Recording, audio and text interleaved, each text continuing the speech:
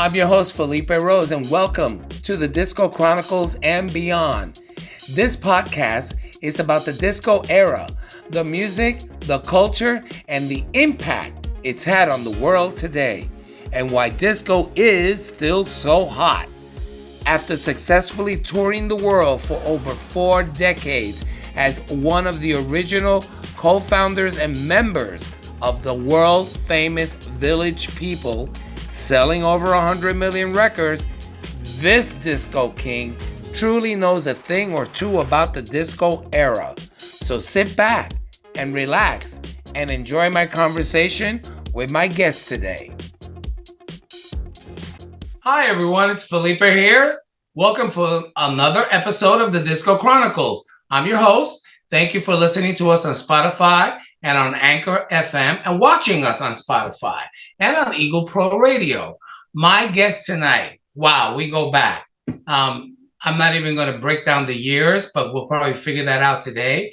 Joey Caravelo is a DJ remixer producer with the popular site That's Disco Before Travolta, a Facebook group page with thousands of followers, and an industry enterprise called Vinyl Culture with Mobile Mondays. I'm very sure our paths have crossed with each other in the past. Joey Caravelo was the first disco DJ Billboard reporter, and in 1978, Joey was awarded the Billboard Magazine Disco DJ of the Year award. Joey's name and fame is synonymous with disco, along with his contributions to music. Joey was mentored by another music pioneer, legendary remixer producer, John T.C. Luongo, another person who I adore. As an East Coast label promoter, he worked with Ray Caviano, Warner Brothers, RFC Records. Joey has worked with the OJs, the Tramps, Harold Melvin and the Blue Notes, the 3 Degrees, Ashford and Simpson, Change, and Gino Socio, to name a few. Joey Caravelo's Mobile Mondays plays throughout the summer throughout New York in such spots as the Output, the Brooklyn Bowl, Summer Stage at Lincoln Center. Joey is once again bringing back disco, funk, and soul music, keeping everyone around the country and around the world dancing. So welcome to the show, my friend, Joe Caravelo. And welcome to the show, everyone. This is Joe Caravelo. Am I saying your name right, Joe? Absolutely, Joe, Joey, Trevor. Joey. Okay, let's just get this out of the way. How long do we know each other? We go back to 1977. I thought it was. That's a lot of cocaine and Quaaludes. I thought it was Disco Biscuits. Oh my goodness gracious! That's a long time ago. I thought you were gonna say 78. No, 77. No, 7. When did the first time you came to Boston? When was that? I think it was 77. Yeah, it was 77. It had to be because you guys. I was like kind of big deal DJ, so all of you guys came first. Yes, and you came and you hung out at my apartment after hours too. I mean, we had a lot of fun. It was a whole bunch of us. It was a real. It was a bunch of us. You gave my first ex-wife one of your ankle bracelet bells, and she still has it. Well, I think they were for my arm. Maybe from your arm, whichever was for my bicep, my skinny little bicep back then. Yeah, because you do know that I only weighed 2 pounds back then. You were a little guy, yeah, but you had a lot. But you were a big person. Okay, well, I'm thank God I filled out in my later years, you know. So the wonderful thing about this podcast, I'm having a ball because I'm finding people that I met a long time ago, and now I'm finding them in my senior year, in my senior years, and then I'm finding that there are things about the industry that I didn't really know or understand or didn't experience from your point of view. Uh-huh. My point of view was always from the stage looking out. Mm-hmm. And so I love that this is serving as a time capsule, and that, it's always best, as in my situation, when you can actually hear the truth from someone else's experience, rather than today people are just changing the narrative and making up things that were never really true or whatever.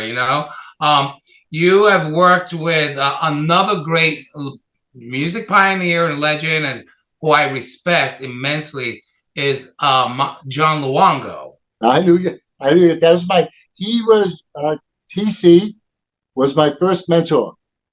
He was my first TC. Now mentor. I don't know why. I don't know. I'm out of that loop. TC. TC. He was originally known as Top Cat.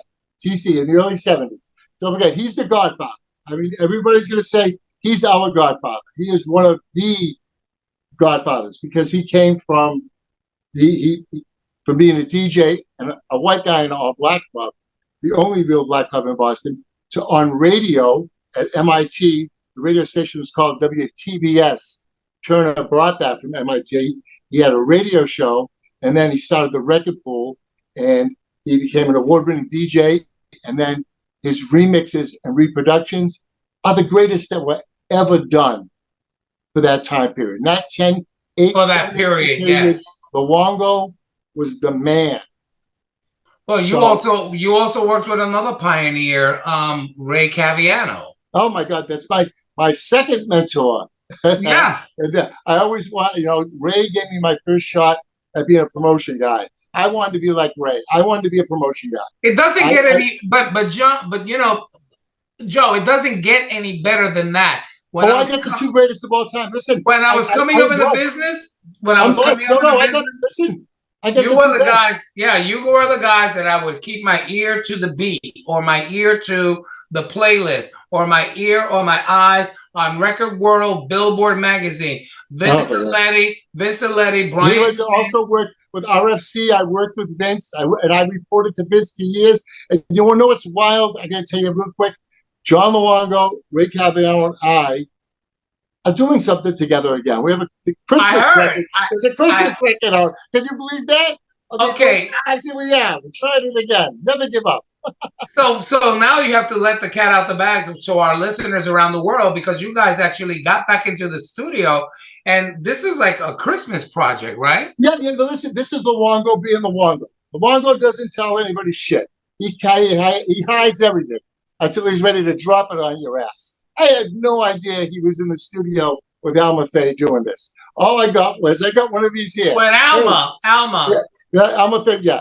He's amazing. Hey, listen, all I got the text. Hey, call me.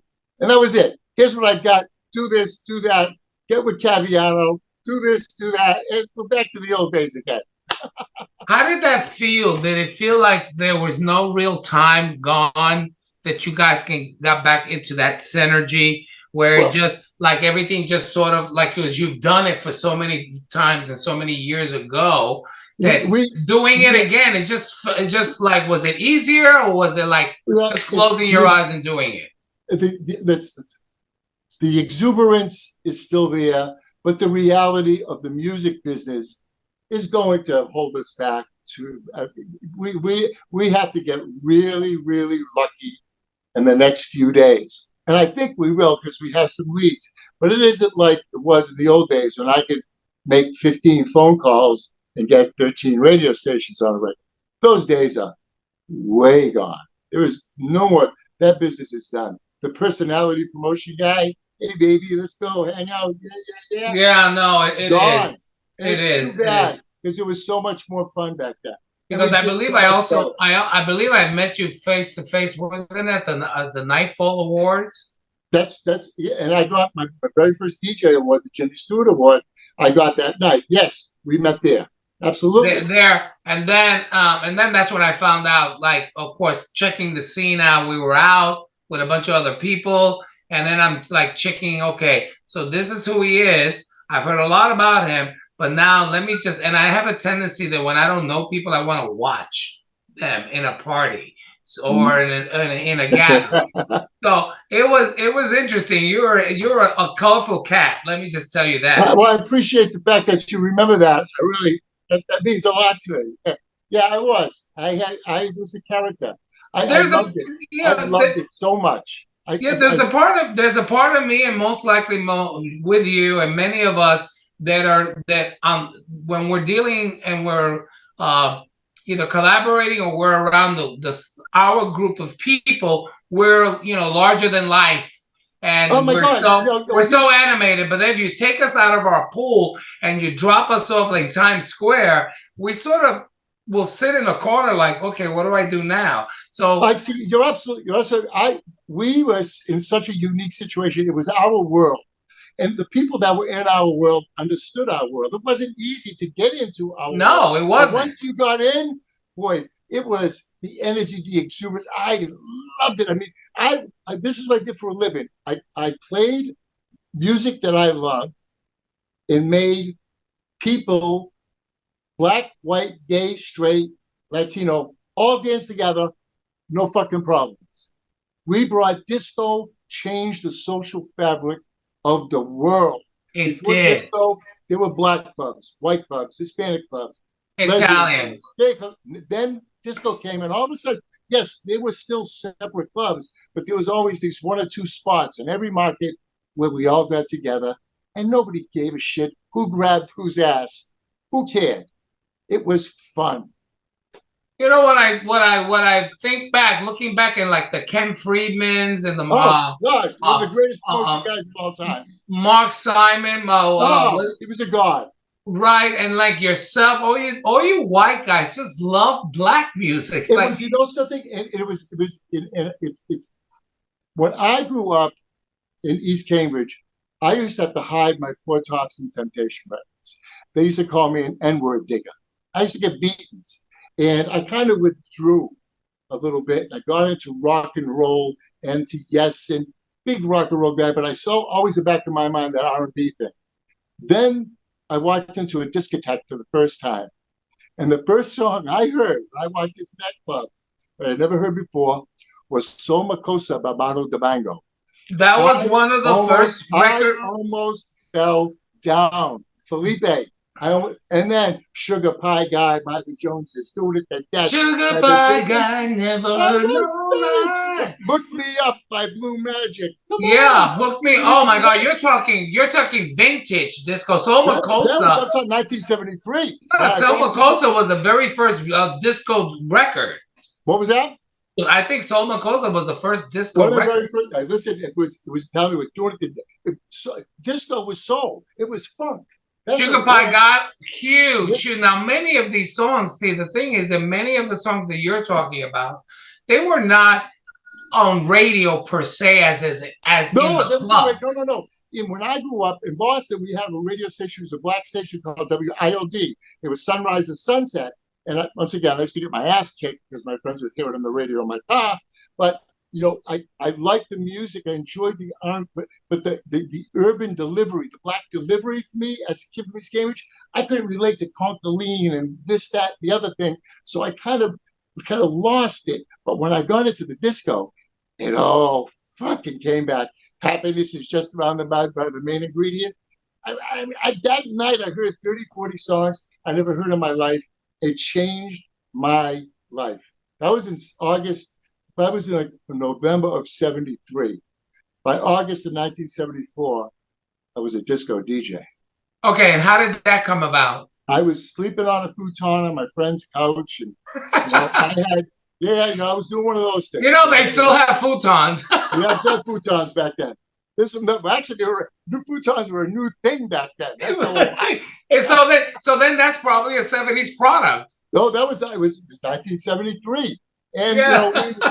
we I had all the when we had parties, I played the music because I bought all the records, I got the Intruders, I had all the R&B stuff, Marvin, everything else.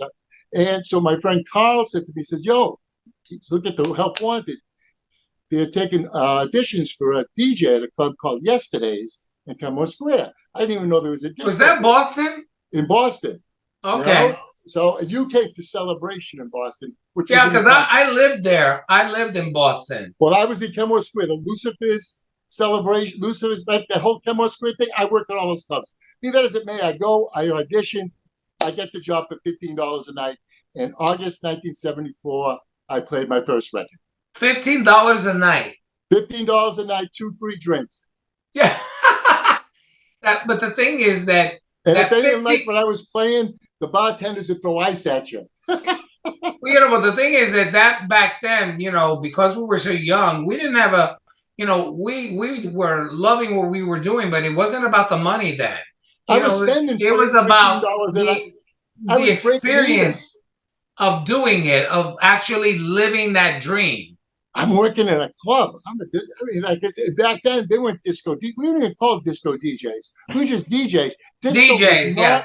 Disco was a place. It was not a musical genre. It did not become a musical genre until, and for me personally, I think until Cerrone dropped Love in C minor. Boom. Then we got disco.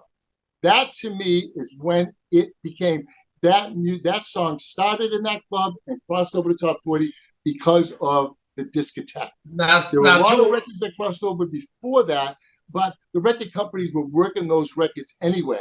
Love and Simana wasn't being worked. It was discovered by radio guys who were, especially gay programmers, who were going to clubs to find the next big thing, and they were running back to the radio station and playing it.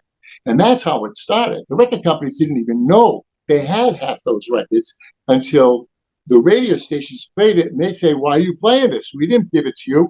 Well, I was at the club the other night. Jimmy Stewart at 1270 played it. The place went fucking crazy, so I'm playing it. You guys should work it. And next thing you know, it becomes a priority.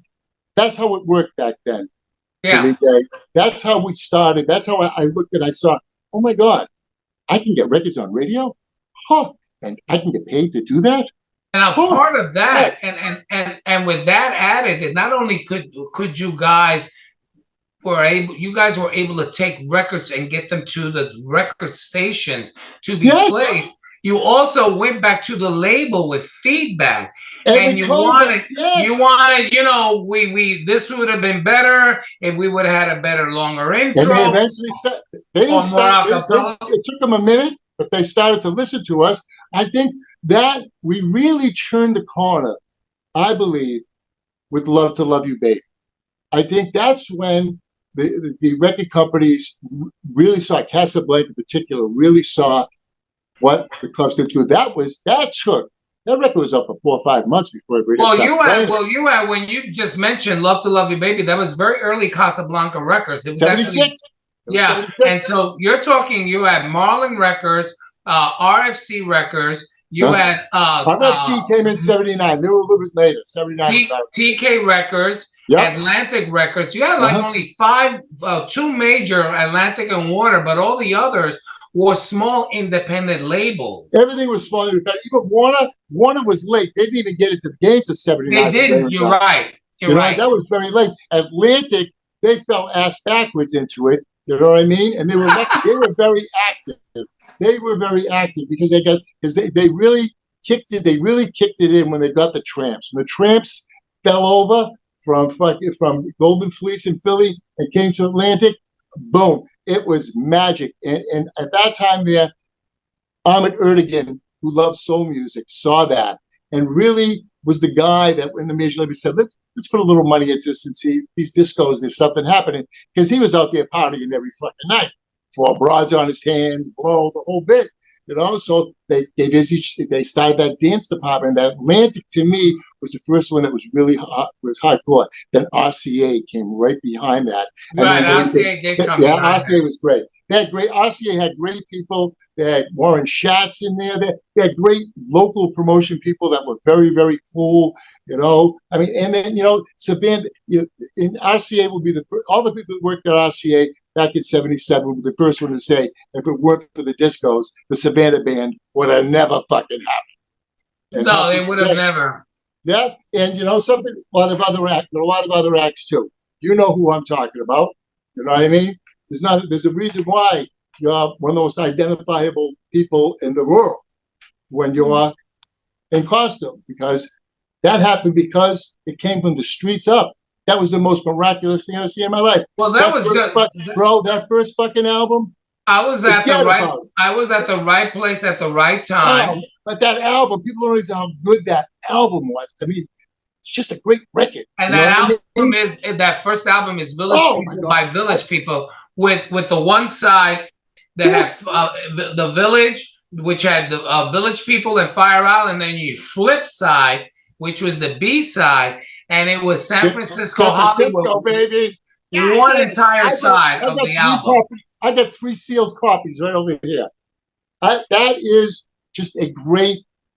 It was beyond. It was good. It was the marketing and the act was equally good as how fantastic the music was too. It was a Thank perfect you. match. It really was.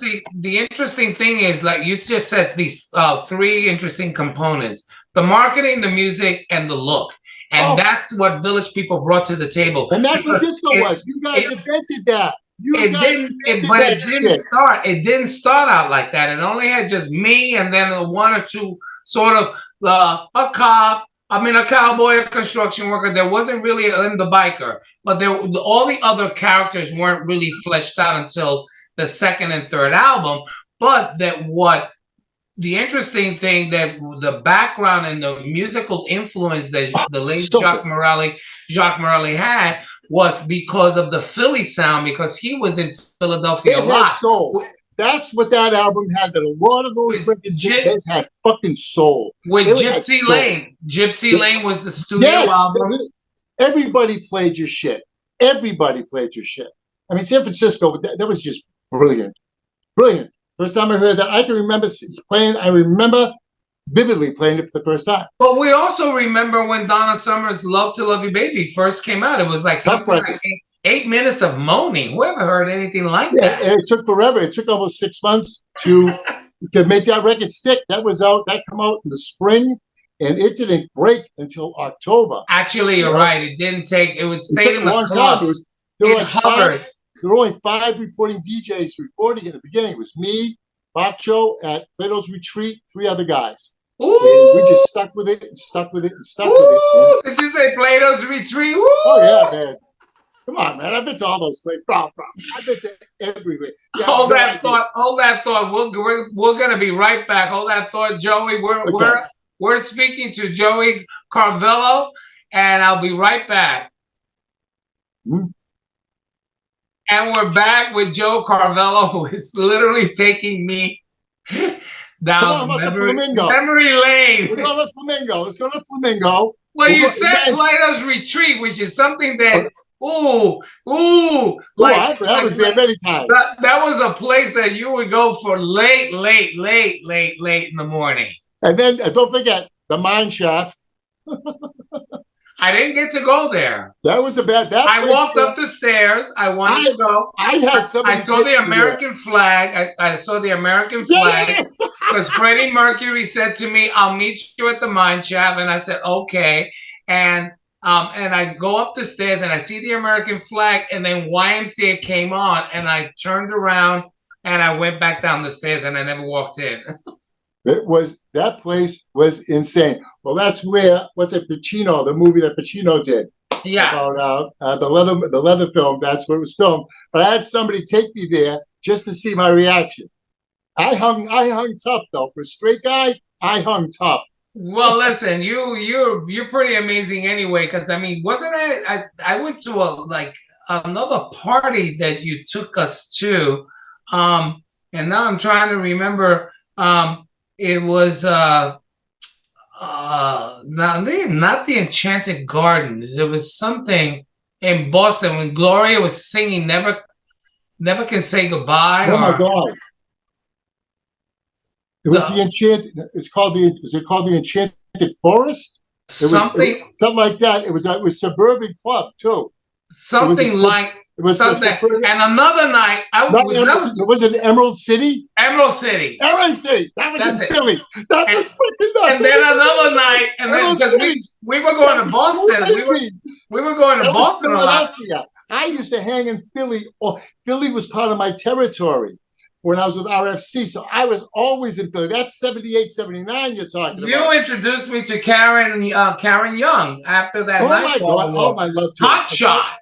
Oh my God. R.A.P. Rest her soul. She God was bless her. Yeah. amazing. Amazing. What a great performance. I mean, I remember I taking her out doing gigs with her, and she was just like, Joey, I want to sing it again. And I say, okay. Do you want to hear her sing it again? Sure. And she sang Well, I it think she again. only had that one record, right? That's all she had. That was a record. You know? But she was great. You know, she was blasted, and And she was, an older, for that time, she was considered an older lady too. You know? she was, Yeah, yes, she was a little yes. bit up there. She was a little more, but She was. I think she was already in her like early, 40s. late 30s and Right. She was in her 40s. 40s. Yes. And she partied and she hung I'm out. being kind. And I'm she, being kind. I'm being kind. But and she was wonderful. She was a wonderful human being. yes, she was. And the thing with Donna Summer, when I saw her at Roseland and Love to Love You Baby with the white dress and the fake snow or clouds with smoke machines, and she performed, and there was it was sold out to the point that they made all of us sit on the dance floor because you couldn't stand, because then no one could see in the back. So they had us, everyone, like almost 1,000 people, sit on the dance floor, and she came out and performed, and I had never heard anything like it. Like she blew us away, and I said, I want to do that. And then months later, Jacques and Henri take the first album to Casablanca Records, making movies and everything. She was, the last time I was with her, I had, and this is probably one of the I have several great Donna Summer moments in my life. But for me, this is my fondest one. I had tea at the Ritz with Donna Summer and Bruce Adado. Oh, this was probably 2004, and that's the last time I saw her. Yeah, Bruce is a great. About doing something, you know. He's a great guy. Again, talking about Giorgio again, you know, because I had worked with her in Atlantic. We became good friends. I'm very close with Bruce, and I became very close with Donna. And that moment to have, I can always say, you know, what was it? I had tea at the Ritz with Donna Summer. Give me a fucking break. If that ain't disco, I don't know what is. You know what I mean? That's a moment. Now, I kind of need to just touch on the that's your Facebook fan page. That's Disco Before Travolta. That is a crazy page. You have people like I don't even know if you've even made an appearance on the page that you started. It's like a life of its own. Oh, yes, yeah. It feeds itself. It feeds itself. I was a lot more active. I've been writing a book, working on a film. I was a lot more active in the beginning, and it's a closed group, so everybody that's there is there. Right. And they have I have one guy, his name is Alex Eng, and he seems to have taken over for me. You know what I mean? He's on it every day, and he kind of keeps an eye on it for me. And I have to pay a little bit more attention to it. I know that, but like you said, it has a life of its own. It really does. The music is the people, the stuff that people put up is crazy. And anytime like these Gen Zs, they want to make it up and talk about disco like they were there when it happened, I refer them to that page. Go to that page, yes.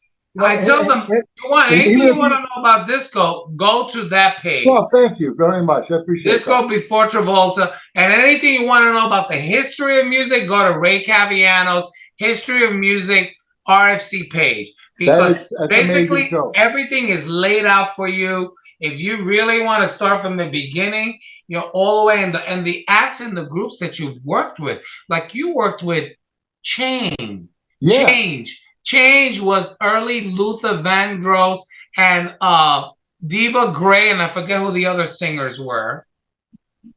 I forget who they were too. They were, you know, but Change. Stay right there. Yeah, stay right there. I'm going to show you. Look at all his vinyls, ladies and gentlemen. Yeah, here you go. Just so that. Are those vinyls? What kind of crates are those vinyls in? Those are Crosby crates. There's the Change album. That's the Change album. Yes. That's the Change album. That's great. My 31st gold record. Oh, we're almost tied. You probably have more than me. I have a bunch. I have a couple of walls full. Don't forget, I worked in the music.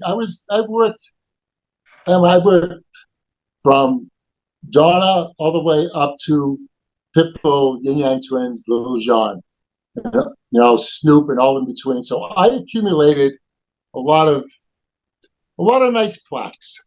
Yeah, no, you've worked with you have a very good body of work with Ashford and Simpson as well. Our Robin S.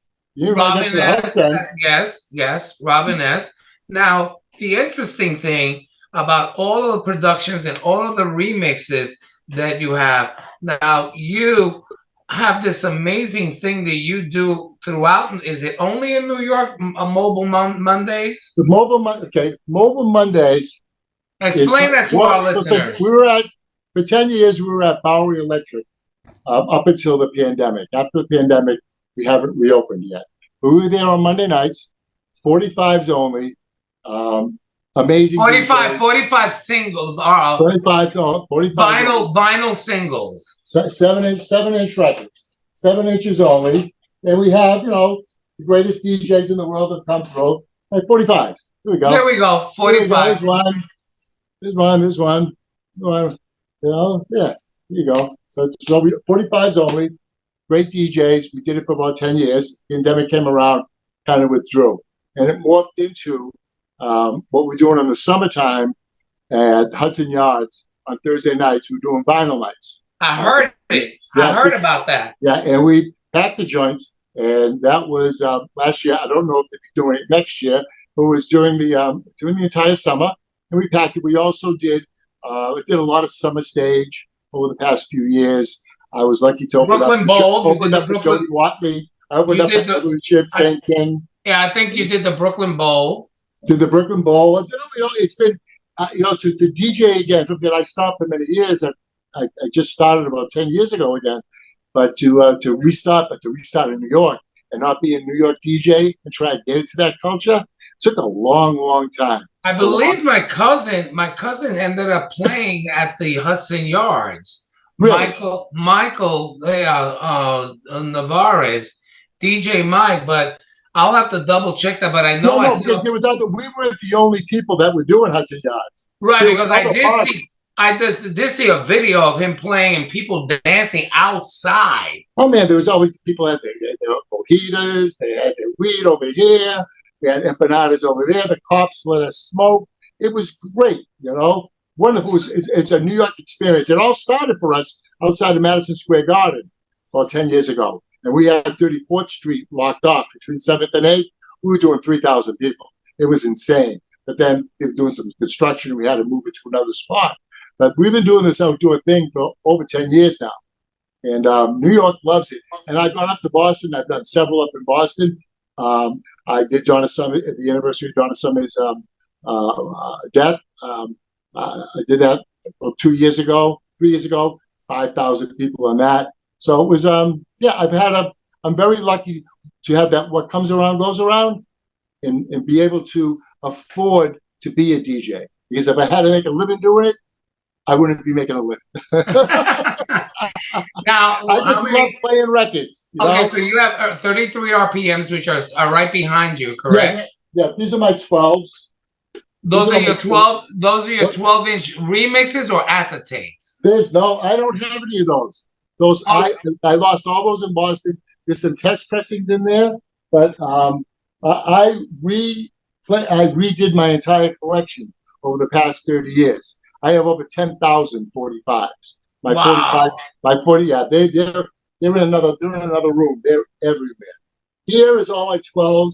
I also have about 400 sealed albums that I've collected from the 70s. It's like an investment. And, when you say sealed, not like sealed with a cover, plastic cover, not. Oh yeah, sealed with stickers on them. You know what I mean? From Sayers and Bradley's and old record stores that aren't around anymore. Tower, and that's where there's a lot of value in them when they have a sticker on them. Well, that's true, yes. And I'm actually just finding a lot of my picture disc by the Village People. I don't have any of those. You know that? I don't have any.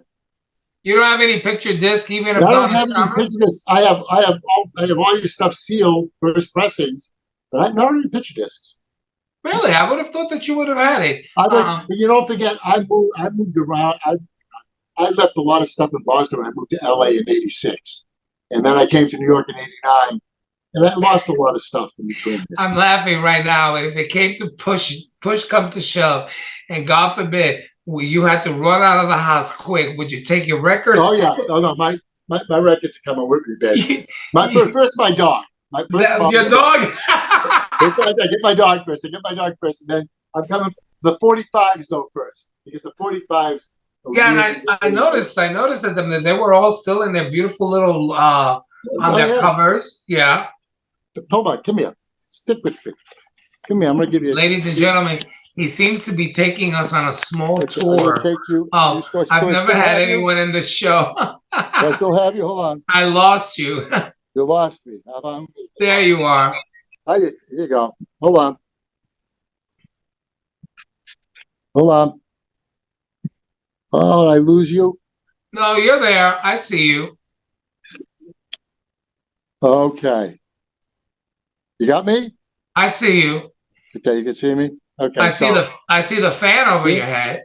Oh my God. That's all the seal.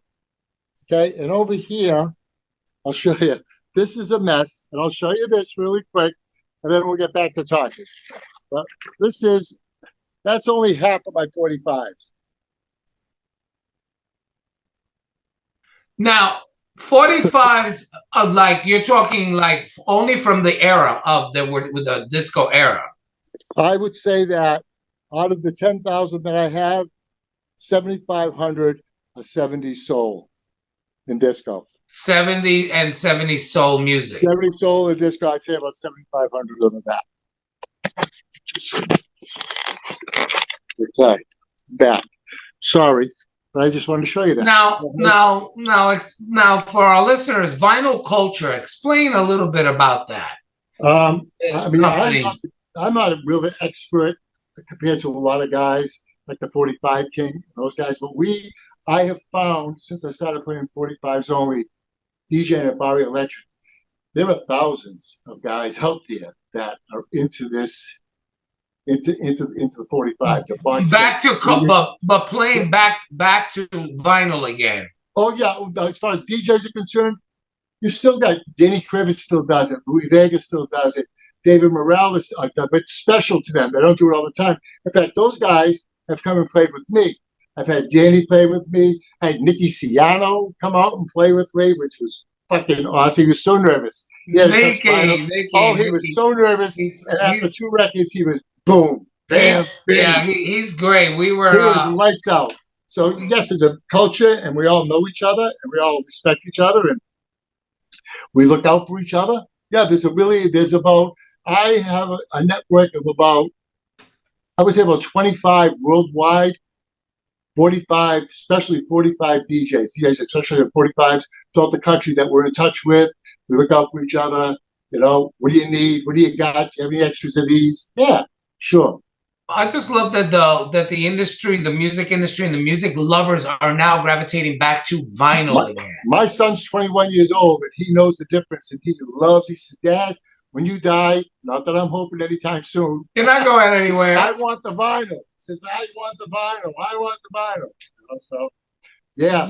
Even the kids today, when we DJ, especially up in Boston, I DJ a place in Harvard Square called the Sinclair. And it's part of a thing called Solalluya, which is the oldest 45 promotion night ever. It started in Central Square in Cambridge 18 years ago. Be that as it may, there it's a young crowd, 20s, 30s, going crazy, 45, and they know the lyrics. It's insane, you know. So they're out there listening. Trust me when I tell you. Yeah, well, I'm telling you right now, the music industry, it's like radio is making a comeback also. You're right. Radio has a chance right now. Radio has to do is get back to being important in their zip code. In other words, everything that happens within zip code, they should be talking about. Right now, you've got syndicated national guys out of New York on 40 different fucking 40 different markets. They don't give a shit if They it's don't care Marilyn Manson. about they don't care about the Jersey Shore, what's They don't going give a on shit in about Lower Marilyn Manhattan. Manson's birthday either. They don't give a shit about that. They want to know what's going on. Don't you grew up the way I grew up? Those were my best friends on the radio. When I want to know what's going on, who's coming? Oh my God! Oh, Bobby Hebb is coming to town. Holy The shit! freezing. Yeah, the Classic Explorer. We're at the surf. Boom! Oh, free tickets. You know, we learned everything from the radio. We lived with our radios. You know, I fucked around with it in my hand. You know? Yeah, all the time. I just had a concert this past weekend in Boca Raton at the Meisner Amphitheater with Evelyn Champagne King, Uh, Fran Jolie, uh-huh. Earl Young and the Tramps. There you go. The OJs were amazing. I was standing on the side of the stage like flabbergasted. These guys sound like their vocal, their harmonies are Yeah, I stunning. saw them. Travares brought the house down. That's what those are Boston boys over here. Boston guys. Yeah, those are Boston guys. I had Yeah. actually sharing the room, my dressing room with Butchie. Oh my God. Butchie Travares. And when he speaks, I had to keep quiet because he was really like, you're here for a reason. And out of all the Village people, there's really no one out there, representing the franchise as well as you. And you take a note. We're going to have to come up for another break. We're talking to legendary Joe Carvello, and we're still not done yet. I think he still has more dirt on me. Sure, you want to keep on going? Keep on going. Yes, hold on. And we'll be right back. And we're back with Joe Carvello. So, Joe, tell us, how do you find today the acts that are coming out? Are they being put out more thoughtful with a more thoughtful process, like, because now the video comes out first before the song ever comes out? Here's nothing comes. The problem is, okay, it's hard for me to explain. Okay? When the record companies had control, the artists, they control the releases, the marketing, the promotion, the timing, the whole thing. They execute it like that. Doesn't happen like that anymore. Those things are gone. The artists are just releasing their own stuff online, the internet. It's all streaming. They put out a new record every day.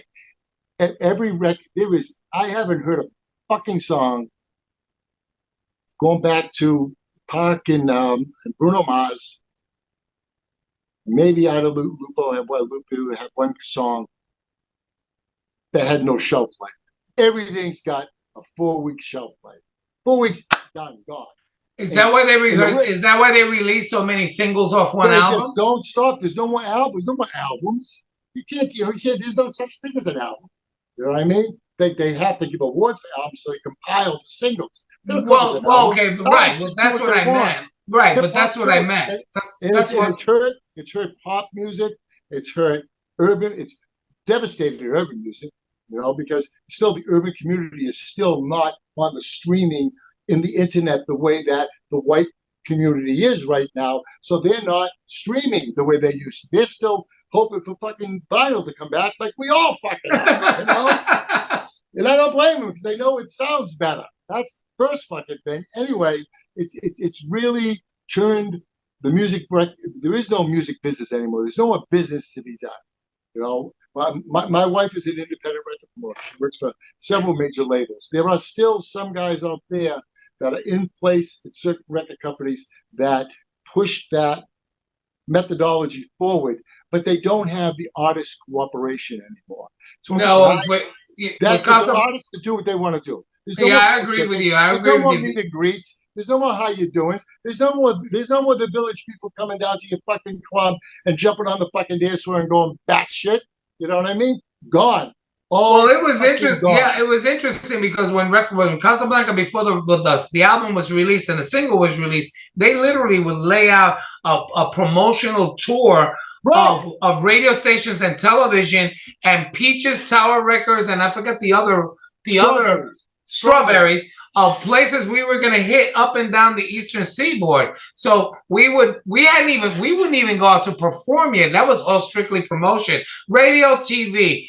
And how appearances, many? Let me ask you radio, something. TV appearances. Every place you went, when you left, you got some airplay. That's the Not way it only was. that, and not Guys, only they that, loved you. and They're not coming only, by. but Thank you. not. Thank you. And not only that, what was interesting was like science. You would get Record World or Billboard magazine and look at the urban charts, and you would see where we were a week and a half ago, and look at the sales climb Yeah, I told you, as we that left. first fucking album had soul, bro. That was just a great record. You know? Yes, didn't surprise me. You guys, you were larger than life, but you had great songs to back it up. You know, We had, you know, you had great songs. no, we were very lucky that I was there, and lucky to No, have no, been given listen, the opportunity, but it had a shelf span, a shelf life. The thing you is, did, but the you don't have a show, shelf life. the show kept it going. The live Yeah. show, we kept it going for 40 years. So listen to you guys. It's you icons. You're icon for the '70s. Name me three acts that people can identify with more than you. Maybe Donna. After that, what is it? Well, we've got You Gloria, name the show. Gloria Gaynor still touring the Yeah, world. yeah, yeah. Harry Wayne Casey still touring. Sure, sure. Yeah, well, And then of course you have the acts that a lot of mainstream media only if they hear the songs, the Tramps, Travaris, the OJs, I just saw them a couple of years ago. I thought they were great, the OJs. I actually opened for them in '76. when At you the say open, you have to remember this. I DJ for them. DJing, right? DJing, because we use in our terms. I know what you're You're saying. welcome. I I DJ know for what them. you're saying, but other people are like, oh, so he opened. What did he open? A box Yeah, of yeah. candy? I said, yeah. I, I say, I sing the answer version of "Love to Love You, Baby." So as we come into as we're winding down, it's just unbelievable that after all of these years, I get in touch with you through Ray Pinky Velasquez, Ah, that is a and classic. he saw my guest lineup and he said, no, no, no, I need heavyweights for you for your show. Let Uh-huh. me contact, and he sends me a list, and I know all these people, and he said, of course you must know Joe, and I'm like, yeah, I've got a little history with Joe somewhere in the after parties and the this and that, and then the Michael, the John Luongo, and Ray Yeah. Caviano. So it is really great to be able to chronicle this and to put it in a time capsule so that this way anyone else that wants to see and hear of what it was like, what was the experience like, they can just tap into this show. It'll have its own YouTube channel, and because disco music has the tentacles of freestyle and house and dance, it's I'm gonna eventually change the name. Probably, most likely, it will be the Disco Chronicles and Beyond, because when we're talking about disco and how it was such a huge melting pot with so many different types of people coming together, that when disco then faded out, the love and the passion for that music with the DJs like you guys changed the format of what we were hearing. Well, it was amazing to be a part of it, and to see how it's really survived because of some of the DJs that just kept their head down and kept on going. They love the nostalgia. I got to tell you, a movie, like a TV show like that '70s show, I don't think people understand how that helped disco. My son lives for that show. He said, if I could come back to life, I'd want to come back during But the they don't play. But '70s. they don't play any of the music. No, they don't. But you know something? That was to me, it was always a light. But they had a couple of great disco episodes. They did. Okay. Oh my God, amazing! I mean, really, hardcore, straight up, great episode. But they represented how the lifestyle, how we lived back then. It was so carefree, it was so wonderful, and it was. Again, I have to keep on saying this: black, white, Indian, Hispanic, all together, hanging out, no fucking problem at all. And that was because of the music. That was because of the music. That was because of acts like the Village People. You know what I mean? It's because of Right. that. You know what I mean? That show that melting pot. You know? So Yeah.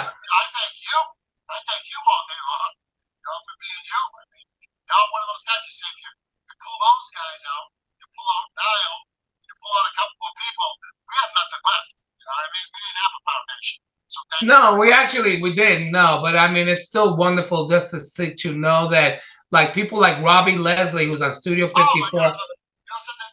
From Boston, from that area, never met him. Only heard neither one of us know it. Never met each other. We talk all the time online. Now that guy there, that's one of those pretty special. He goes in a whole different category. The longevity and the relevance that he's kept. Oh my God, that's pretty impressive. You know? Yes, yeah. Either someone is trying to call you, or your voice kind of walked away, or Oh, it sorry. fell out. There, I mean, am I Well, I'm just hearing? saying. I'm just There we go. Robbie Leslie. We got you. We got you. Okay, I got you. And you also you got to get Luongo on. Luongo, have you ever talked to John Luongo? Yes, I did 2 summers Okay, ago. okay. Regarding some sound exchange royalties. Oh, good. Too Well, he's good at long to that. get too long to get into, Yeah. and But listen, that he would requires be a a great whole guest. other show. He's nuts. You'd be a great guest because He his will be a stories. great guest, but I have to book him months ahead because he's so busy. I don't give me a call. I'll tell you. Seriously?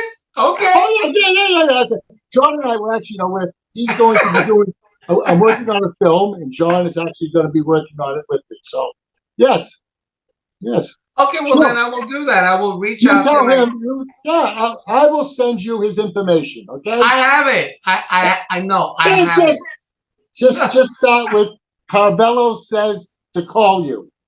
And that's it. I'm gonna do this. Okay. So no, the show was born, of course. It was pulled together with an idea during the pandemic, as most projects that are out now, like in podcasts. Um, at the time, I was working with a guy who was pitching projects to me, and he kept telling me, "You should have a podcast." And I thought at the time, Joe, that having a podcast is like having a pet rock. No, I said, listen, but this we no, and need I this. said, why do I need a podcast? He said, because you have things that you want to talk about, and there's people that you know in the business that were doing the same thing that you were doing. You just have different points of view, and you should do it. What do you want to call it? I said, I don't know. I'll think about it. He said, let's call it, hey, it's Felipe. I said, I don't like that. I said, what is this, a children's show? Hey, it's Felipe. Oh my God, You would that's have, actually pretty fucking funny. like right now, you would have laughed me out of the room. No, I No. would have died. I would have loved it. I loved it. Well, you listen, but you should have another one called Hey Felipe, and get nuts over there. But you're a great host. You're a great host. I've done a Thank whole you. bunch of these. You're a great host, and I really, really enjoyed talking to you. And if you ever need me again, you let me know. I'm going to And if bring you're you ever in the back. area, ever in Jersey, come on by. I'm going to bring you back. I just want to say, thank you for Oh my goodness. gracing me, and that we finally were able to like catch up after all of these decades. And when we were talking, I think it was over instant messenger or something. We were chatting back and forth, and you you said to me, "You have no idea I have a history with you in Boston. You gave my wife." I'm like, "Oh my God, is that all I gave her?" Yeah, no, I would hope so. Yeah. Who knows that night? I know we had 2 floors. Let's put it this way: we had 2 floors going. That's all I know. Right. No, you did, but I think that was back at your home. Yes, it was. We had a blast that night. It was a lot of Oh, fun. and Everybody came through. and then Yeah. those, yeah, and those were the good old days. Anyway, So, Sonny Joe White. how, So Sonny Joe White from WIOD, Kiss on a Wait came through. It was a special night. I'll never forget it. We had a blast. I love it, and I can dare say you're so ghetto came through. Like I'm from Brownsville, Brooklyn. Yeah, they came through Yeah, the they house. came through, man. They Yeah, came in through the front and out the back. up the back.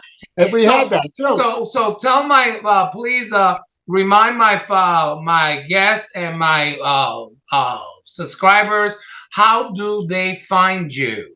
You could get me, okay, there's two you can go to. Instagram at Joey Carvello, CARV as in Victor, ELLO. And you can also get me at the Boston Hustle Film. The Boston Hustle Film. You can get me there too. And of course on Facebook.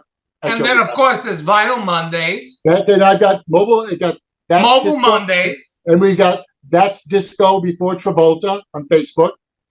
You know, so Well, yeah, it's just great. All the different components of the things yeah. that The you're Mobile involved with, Mondays is a of how great. you're still contributing, and it's just wonderful, Joe. Yeah, you know why? Because I love it. I love it, Well, and I just started. When you and I will be talking again. I have a film coming. You wait, okay? it's interesting that we love what we were doing then, and we love what we're doing now. I just want to do it again one more time. I just want to do it. I just want to pass it on. I just want to be one of the guys that just lights that fuse so that all of a sudden, boom, we're back. We're back to drinking stingers. You know, Oh, stingers! Oh my God! Well, my drink, it's my a drink of tequila sunrises. my drink of choice back then, only because I wanted to coat my stomach, was a White Russian with milk in it, and then my Quaalude, which I would chew, my lemon 714, which was a disco biscuit. Let's go biscuits. Let's go. And we're going to leave the show right where it is, ladies and gentlemen. I want to thank Joe Carvello for gracing us on the show today. I want to thank everyone for listening to us and watching us on Spotify.com and Anchor FM and Eagle Pro Radio. And we will have the show up. Joey will get a copy of the show. I want to thank you all. We'll see you when we see you every Monday. Take care, guys. Joey, I love you, man. Woo!